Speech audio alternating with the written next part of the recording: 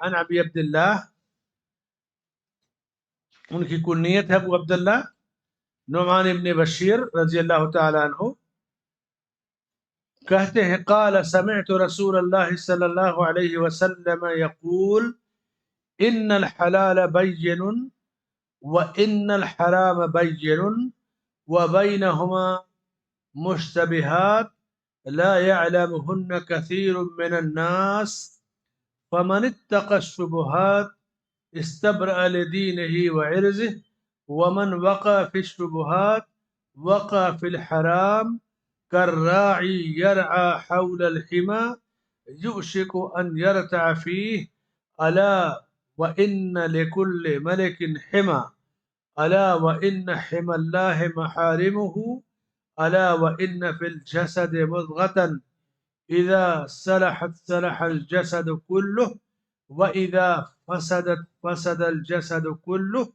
ألا وهي القلب رواه البخاری ومسلم۔ نعمان ابن بشیر رضی اللہ عنہ سے مروی ہے، فرماتے ہیں کہ اللہ کے نبی صلی اللہ علیہ وسلم کو یہ فرماتے ہوئے سنا ہے میں نے کہ حلال واضح ہے اور حرام بھی واضح ہے۔ واضح کا مطلب ہے کہ اوپن ہے، حلال ڈھکی چھپی چیز نہیں، حرام ڈھکی چھپی چیز نہیں، ان دونوں کے درمیان کچھ چیزیں مشکوک ہیں، آدمی کو شبہ ہے کہ حلال ہے یا حرام، تو جنہیں بہت سارے لوگ نہیں جانتے، تو جس شخص نے اپنے آپ کو ان شک والی چیزوں سے بچائے رکھا اس نے اپنے دین اور اپنے عزت کو بچا لیا، اور جو ان مشتبہ یعنی شبہ والی چیزوں میں جا پڑا وہ حرام میں جا پڑا۔ اس کی ایک مثال ایسی ہے کہ ایک چرواہا اپنے جانور ایسی زمین کے قریب چرائے جو بادشاہ کے لیے خاص ہے، بہت ممکن ہے کہ اس کے جانور اس منع کی ہوئی جگہ میں جا پڑے اور چرنے لگے۔ خبردار، ہر بادشاہ کی ایک جگہ خاص ہوتی ہے جس میں لوگوں کا داخلہ منع ہوتا ہے، اور اللہ کی ممنوع جگہ وہ چیزیں ہیں جنہیں اس نے حرام کر دیا ہے۔ خبردار، جسم میں ایک ٹکڑا، گوشت کا ایک ٹکڑا ہے، اگر وہ صحیح ہو جائے تو سارا جسم صحیح ہوتا ہے، اور اگر وہی بگڑ جائے تو سارا جسم بگڑ جاتا ہے، اور یہ جان لو کہ وہ ٹکڑا دل ہے۔ یہ حدیث بالکل واضح ہے۔ اس حدیث میں شریعت کے حلال اور حرام یہ دونوں مسائل کا ذکر کیا گیا کہ حلال اور حرام واضح ہے۔ حلال حرام کے علاوہ کچھ چیزیں شبہ والی ہیں، جیسے بزنس اور کاروبار میں بھی کچھ چیزیں حلال ہیں کچھ حرام ہے، اوپن ہے، لوہا ہے، زمین ہے، کھانے پینے کی چیز اوپن ہے، آپ بیچیے کھائیے، حلال ہے۔ بزنس جو لوگ کرتے ہیں، بزنس کے راستے اور طریقے میں آپ دیکھیں بعض نئے ایسے راستے آتے ہیں کہ آدمی جیسے بٹ کوئن وغیرہ کے دو چار مسائل، کہیں نہ کہیں آدمی شبہے میں پڑ جاتا ہے۔ اس وقت جو طور طریقہ تھا کاروبار بزنس کا، بکریوں سے آپ نے مثال دیا، جیسے بکری چرانے کی ایک اوپن جگہ ہے، آپ چرا رہے ہیں، ایک میدان ہے، اسی میدان کے بعد دوسرا میدان ہے جس میں بکری چرانا منع ہے، وہ کسی کی جگہ ہے اسپیشل، آپ جو اوپن جگہ اس میں بکری چرا رہے ہیں، لیکن اس کے کنارے بالکل بارڈر پہ جب بکری چرائیں گے، کبھی آپ ادھر ادھر توجہ ہو گئی اور بکری نے اس میں سے منہ مار لیا، تو جس جگہ منع ہے اس جگہ سے آپ کی بکری نے جانور چر لیا، دوسرے کا کھیت کھا لیا۔ شبہے سے بچنے کے لیے آپ اس بارڈر تک نہ جائیے، اپنے جو ہے آپ کی حد ہے اس میں جانور چرائیے۔ بڑی پیاری مثال دے کے آپ صلی اللہ علیہ وسلم نے سمجھایا، ہمیشہ بارڈر کی جو صورتحال ہوتی ہے اس سے بچو، پورا میدان خالی ہے وہاں پر بکریاں چراؤ، جہاں منع ہے اس کے قریب بھی نہ جاؤ۔ اللہ نے جس چیز سے منع کر دیا، ہمارے سوالات عام طور سے نا ایسے ہی ہوتے ہیں، گنجائش نکالنے کے لیے ایسا کر دیا تو ویسا کر دیا تو ایسا کر دیا، اتنا پیارا اصول دے دیا حلال و حرام کا۔ وَنَزَّلْنَا عَلَيْكَ الْكِتَابَ تِبْيَانًا لِكُلِّ شَيْءٍ، اللہ نے فرمایا کہ ہم نے آپ پر ایسی کتاب نازل کی جس میں ہر چیز کی وضاحت موجود ہے، اور مسلمانوں کے لیے ہدایت اور رحمت اور بشارت کا ذریعہ ہے یہ کتاب۔ کوئی بھی ایسی چیز نہیں ہے کہ آپ صحیح راستے پہ چلنا چاہیں اور آپ کو راستہ نہ ملے۔ بعض تابعین کے بارے میں ہے کہ وہ